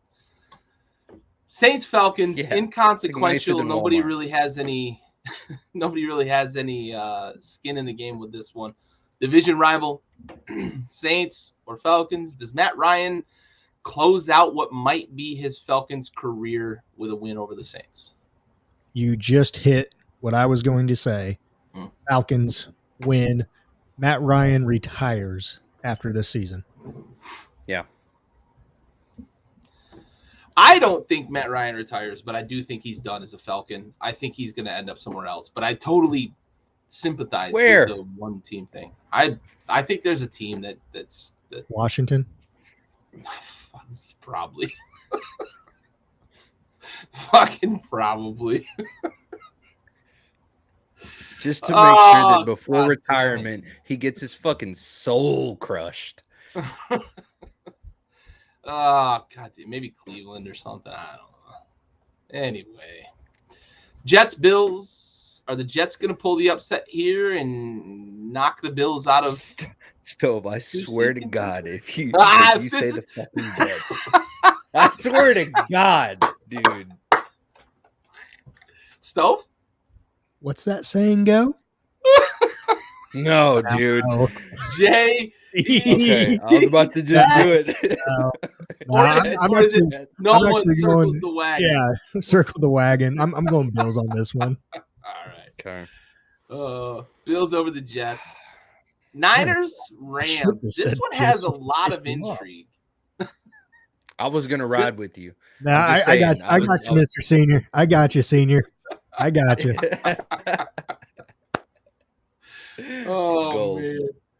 Gold. Niners, Rams, though. This one has a lot of potential implications. Niners are fighting for a playoff spot. Rams are fighting for the 2 seed, hosting unless they play the Packers essentially in the playoffs. Who's taking this one? Niners, Rams. I think it's Rams. Like Rams, without even hesitating. Rams. No hesitation. No not even a fucking ounce. Very, very interesting. I think Jimmy G's status has a lot of bearing on this game. The Niners are a better team with him. However you feel about Jimmy G, they're just a better team with him. But I think this is the game we see. I mentioned it earlier that I think the Rams are going to figure it out. McVay's going to right the ship with Stafford, and they're going to play better football down the stretch into the playoffs. I think we see it this weekend. Give me the Rams over the Niners. Yeah, I think it's just the uptrend. You know what I mean? These guys are about to kill. Like they're about to be firing on all cylinders, and it's like the perfect time for them to start doing it. It's going to happen here. Yeah, for sure. Excellent. All right, Pats, Dolphins. Dolphins got eliminated from the playoffs this past weekend. Patriots are fighting to stay, the number one wild card here. Can the Dolphins knock the Patriots off and hurt their playoff standing, or are the Pats going to knock the Dolphins off here?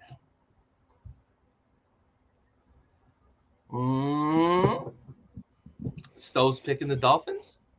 Little fins, little fishies, little fishies. Tua. See, I knew you had a soft spot for Tua. This isn't as surprising, but I don't think it's a bad pick. I mean, we saw a nice little string of wins there. Yeah. We know that this Mac and Billy Belly relationship is getting better, but neither of them are really in contention for anything of value this year, anyways. But they're still, hopefuls in the coming years. So I'm not out on Tua permanently, I think. At this point, I think this year I've seen some promise, at least in the latter part of the season, to think that he could go to a different team and probably do okay. So who are you going with? You still think Miami's that sounds like a lot of waffling. No, it's not waffling. That's I'm gonna go Fins for sure. Okay. Wow, we're unanimous. I'm gonna go Fins. We're unanimous. Yeah. Let's go Fins.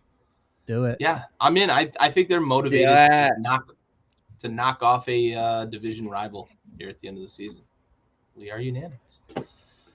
All right. Hell yeah, Seahawks, brother. Cardinals. Seahawks don't have a lot to play for, but Stove's already made it clear they're about to knock off the Cardinals. You're out. You're out on the Cardinals still. Yeah, still am. Okay. Raul? Cardinals, Seahawks? I'm going to pick Cardinals, but not because of the Cardinals. It's just going to be because of the Seahawks. Like, I think the Seahawks are in worse shape. And I think Kyler, this shit with Kyler has been maybe a correctable thing as far as what we've seen in the last few weeks. Last weekend excluded. What was leading up to it was rough. But yeah, I think that they're going to win, but they will fucking lose to Dallas. Make no mistake. It's going to happen. Yeah, for sure. They need to get healthy on offense. I think I'm picking the Cardinals in this game, but they need Nuke to come back and they need James Conner to come back. So, yeah, that big win for them last week to get off the schneid too. Everybody was talking about Cliff Kingsbury's job, me included. But that's a big win for them. I don't know that it says that they're not who we think they are, but the Seahawks just aren't very good, honestly. Give me the Cardinals. All right, Bucks, Panthers. Bucks play their first game after the blow up from Antonio Brown. They've got to figure out who their weapons are going to be on offense, and this might be a good game for them to do so against a really bad Panthers team. I assume we're all on the Bucks in this one. Okay. Do you think that the Bucks figure out who that third option is? They've got Evans, they've got Gronk.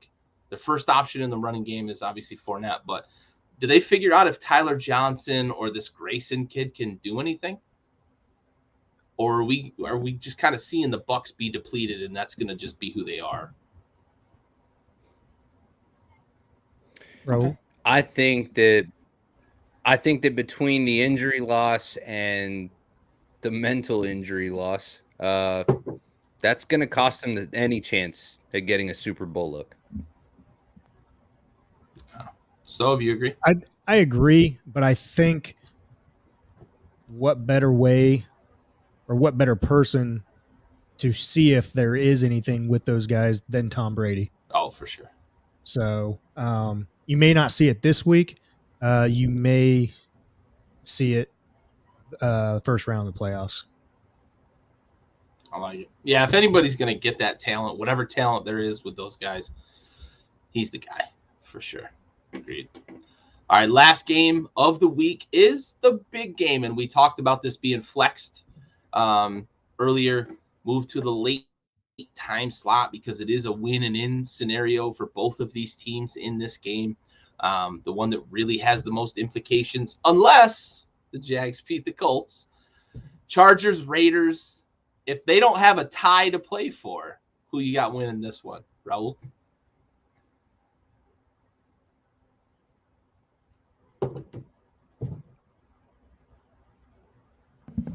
Hold on. I was just trying to check in and see if Justin Herbert's team was actually going to show up and support him. I'm going to go with the Chargers. So they are. Yeah. All right. I think they are. Yeah, one of them texted back and said, "Yeah, we're going to try this week." You know which route I'm going here. Yeah, buddy. So let's just keep it there, and Raiders make the playoffs. Listen, we're getting the three-legged pants out this week for Derek Carr. Yep. Yeah. Raiders. Listen, I picked them last week. I got to stick with them, right? I picked them to get in as a wild card. I got to stick with them. Yeah. Give me the Raiders. For the record, I feel like you guys are going with the PG safe route on this one.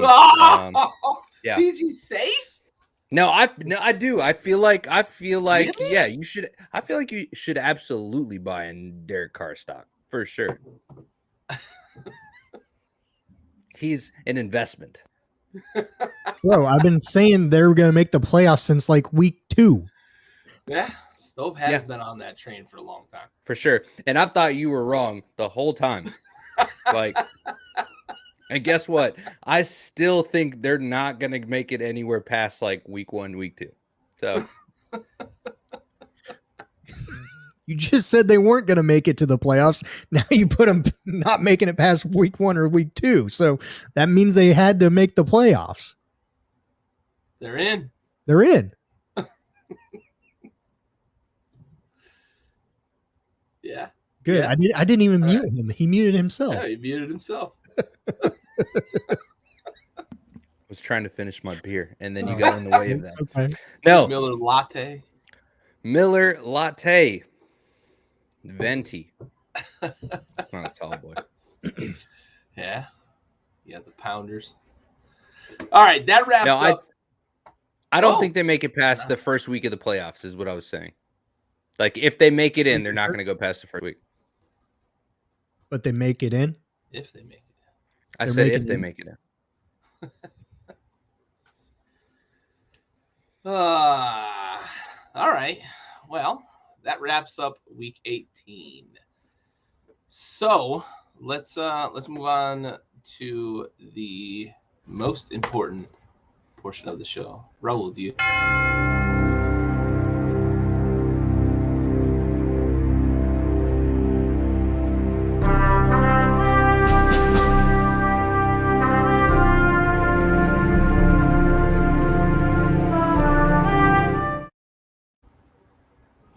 All right.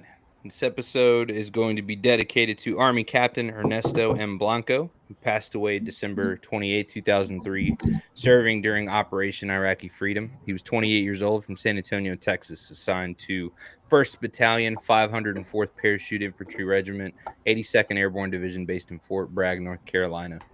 He was killed while conducting a support mission when an IED hit his vehicle in Kiryat Ash-Shababi, Iraq. And another honorable mention to this week's salute is a woman who in 1941 volunteered into the Women's Voluntary Service in World War II, 99-year-old Betty White. So we have the watch.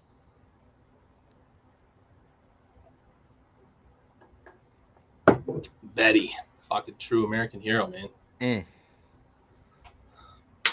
Betty. Oh, Betty. All right. Let's try to pick a little energy back up here.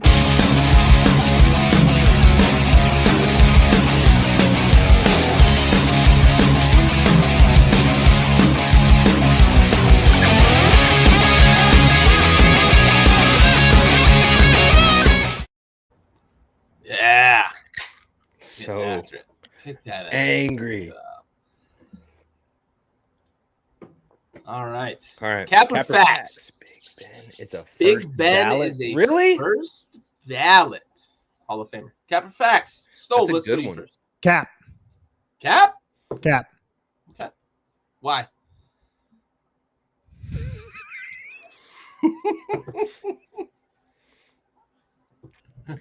Does it have to do with bathrooms? I think some of That would be the fair. I think some of the off the field activities get in the way for a first ballot Hall of Fame. Second year, yes. Okay. Hey, that's fair. You got the bathroom thing. You've got the motorcycle issue where he missed games because of that. Yeah. Certainly the off the field issues. Yeah. We've seen it with other players. That might even Guys cost like him the T.O. second look. Maybe. Raul? Yeah, no, I said Cap. Okay. I'm going to disagree. I think Fax, because he's the most prolific quarterback for that franchise, right? Bradshaw won 4 Super Bowls, but Big Ben is the most prolific, most productive quarterback for that franchise. He won 2. I think a big piece of that is the fact that Jerome Bettis is in his corner saying, like, I won a Super Bowl because of Big Ben. After all of the years that Jerome Bettis was close, they lost to the Cowboys in a Super Bowl and got really close in the AFC Championship several times.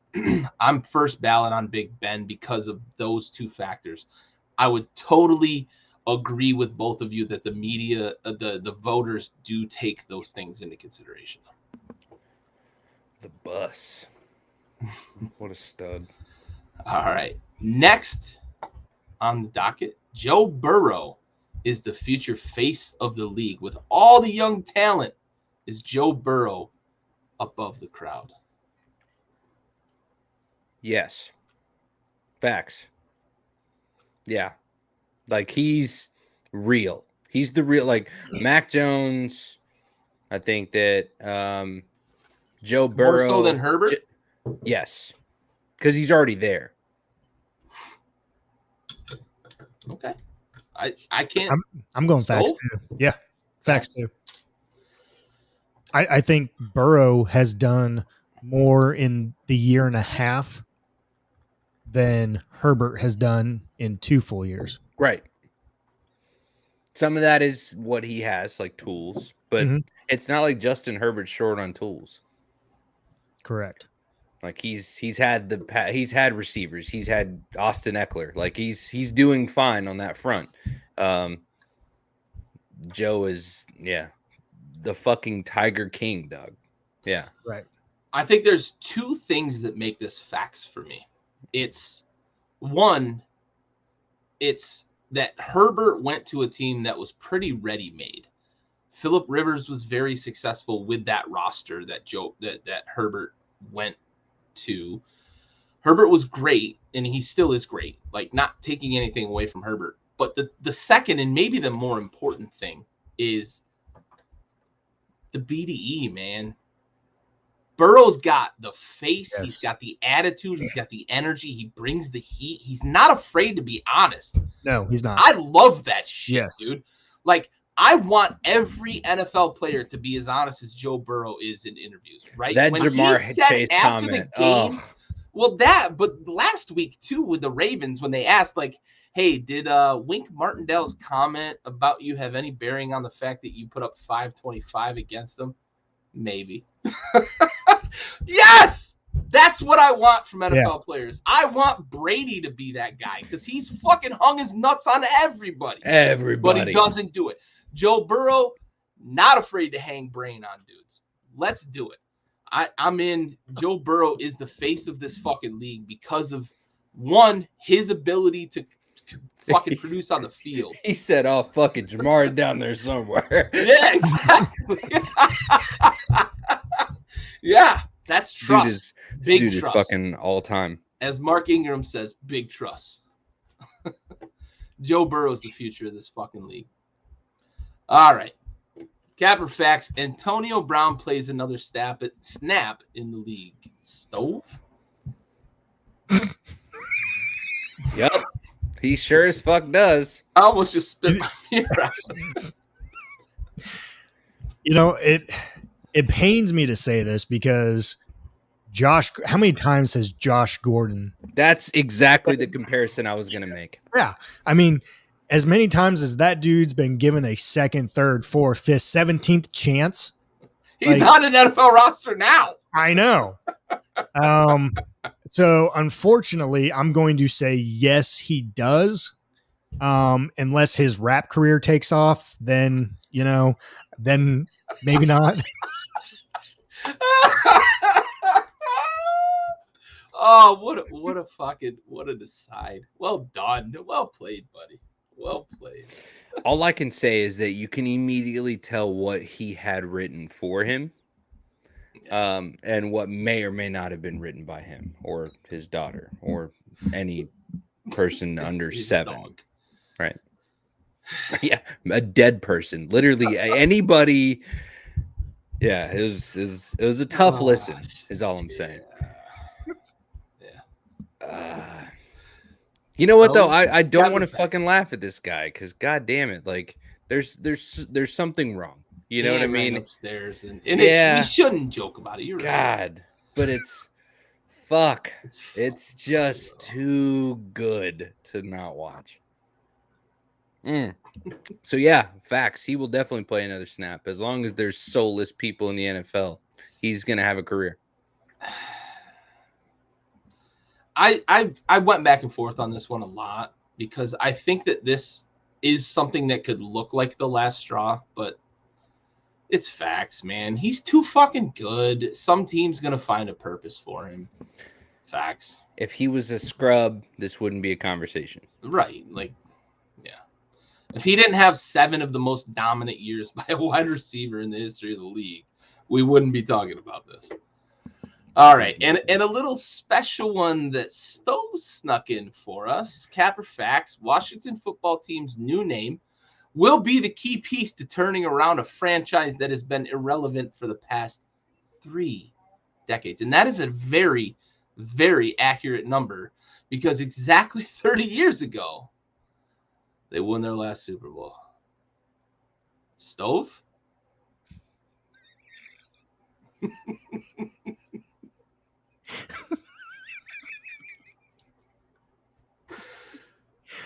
Yeah, let's go with facts here. You ain't shit. You even set that up. You ain't shit, Stove. Yo, I logged on earlier to fucking put the Capper Facts together, and I saw the first 2, and I was like, those look familiar.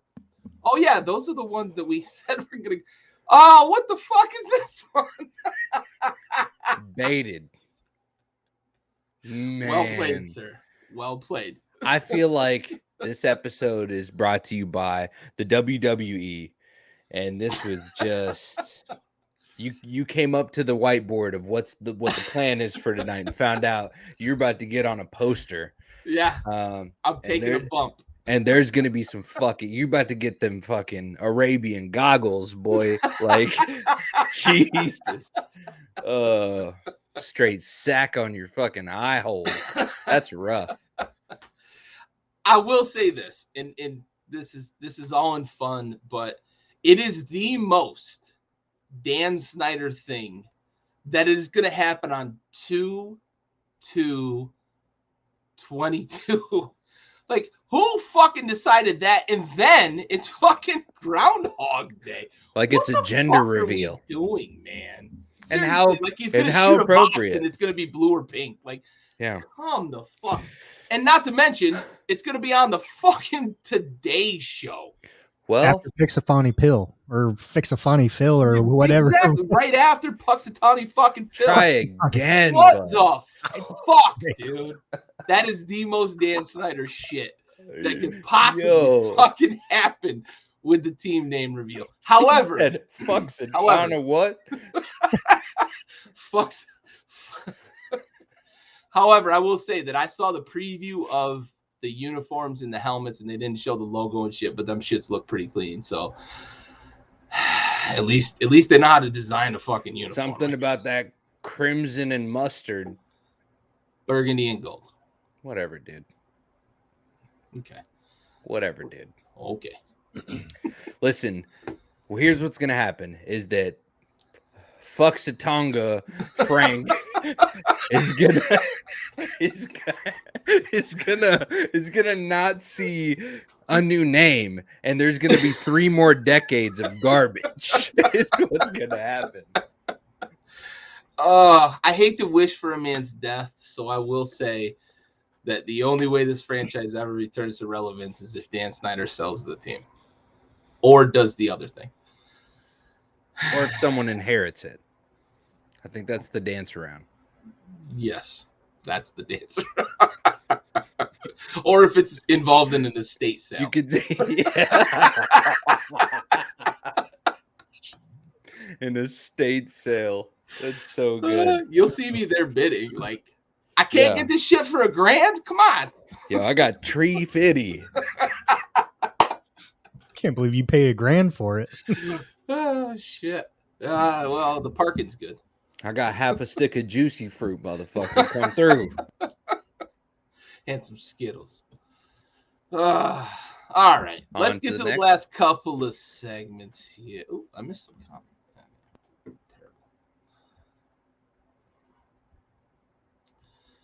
All right, I'll lead off here because I bitched about it earlier and went on a rant, but the Seahawks and the fucking Lions. DK Metcalf and Amon-Ra St. Brown combined for 60 plus fucking fantasy points to knock me off in the fantasy playoffs. Fuck you guys for throwing DK Metcalf a touchdown at the 1 yard line on 1st and goal. Like, get the fuck out of here. Thanks, Haskins, you fuck. Raul, what do you got, buddy? I mean, it's a pretty petty one, I'll be honest, but you know what? I want to thank Haskins for the organization that won't even go as far as to secure their guardrails. And so much so that even the opposing team's quarterback writes a letter requesting a follow-up to this situation where he expresses that he feels like he was the only one that paid attention to the fact that, 1, that it happened, and 2, that people could have been severely injured. So for that, to the Washington football team, to the Snyder family, and to most importantly, Haskins, thank you. Counterpoint, they were Philly fans. Fuck them. Stove? No doubt. No doubt. No argument there. No further questions. Yeah. The defense rests. Stove? Oh!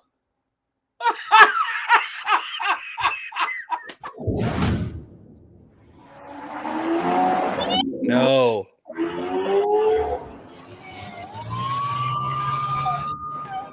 Speaking of fucking CTE or boy.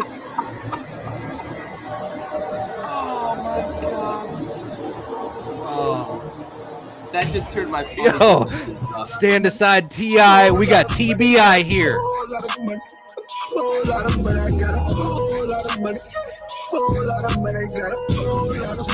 You can't hold nothing from me.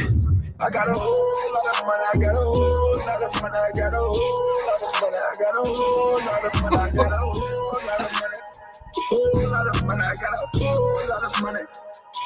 Hashtag thanks, Haskins. Crazy with that money. Dude, that's a walk-off. That's a fucking walk-off. That's so good, dude. I hate myself for having sat through that. Oh, well done, Stove. Well fucking done. Yo, just when I thought Future was like the fucking worst about mumble rap, stand aside. Stand aside, T.I. It's TBI in the house. Jesus Christ. That is traumatic. For sure. All right. Figuratively and literally. Let's move on to a little more positive energy.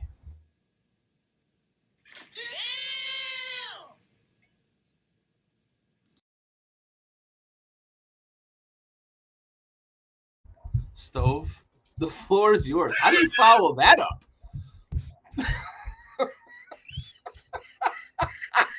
Washington, Jamal Adams.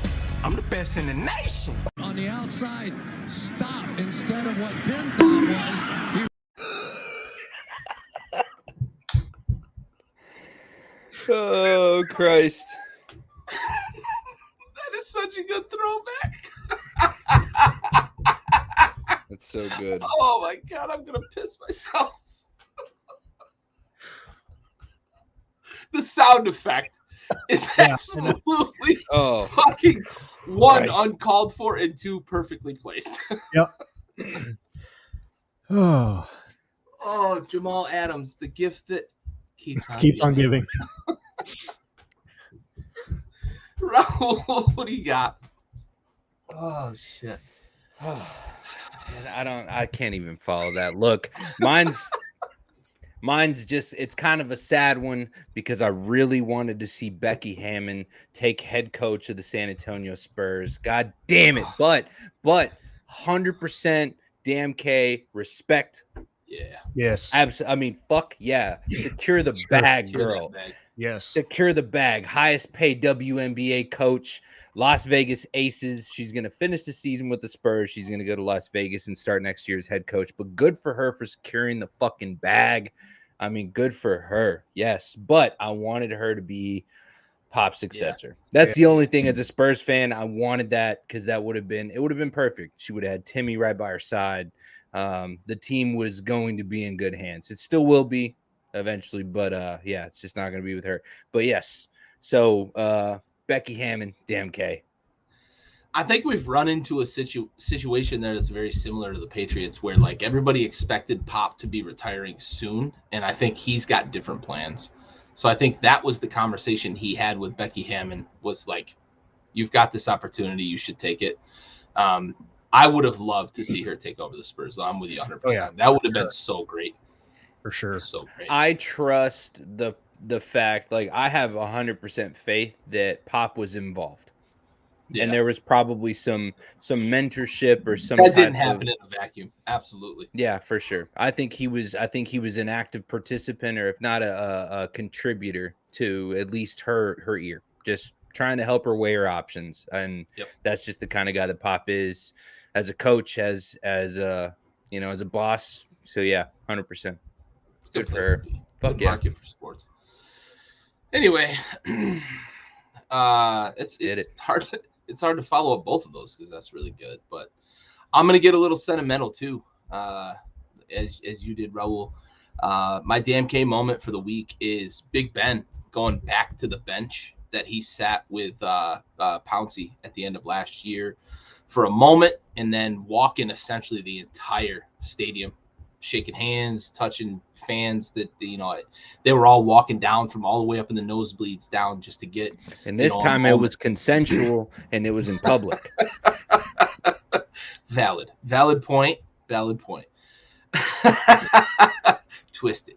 But yeah, it was a great moment. And then, at the end of it all, he walks, has a moment with his wife, his kids, his mom, his dad. It was a great moment at the end of a great career on the field, in a great Pittsburgh Steeler. So for that, Big Ben, salute you, man. Damn K. All right. That brings us to our conclusion. So I'm going to open the floor. Stove, you got any closing comments here? Go Cowboys. How about them Cowboys? How about them fucking boys, son? Fly, Eagles, fly, I guess I'll finish with. Never thought I'd say that, ever in my life. Well, you're spineless, so it makes sense. All right. For Big Stove and Raul, I'm Gary. This has been the Blitz. We are out. Gang, gang.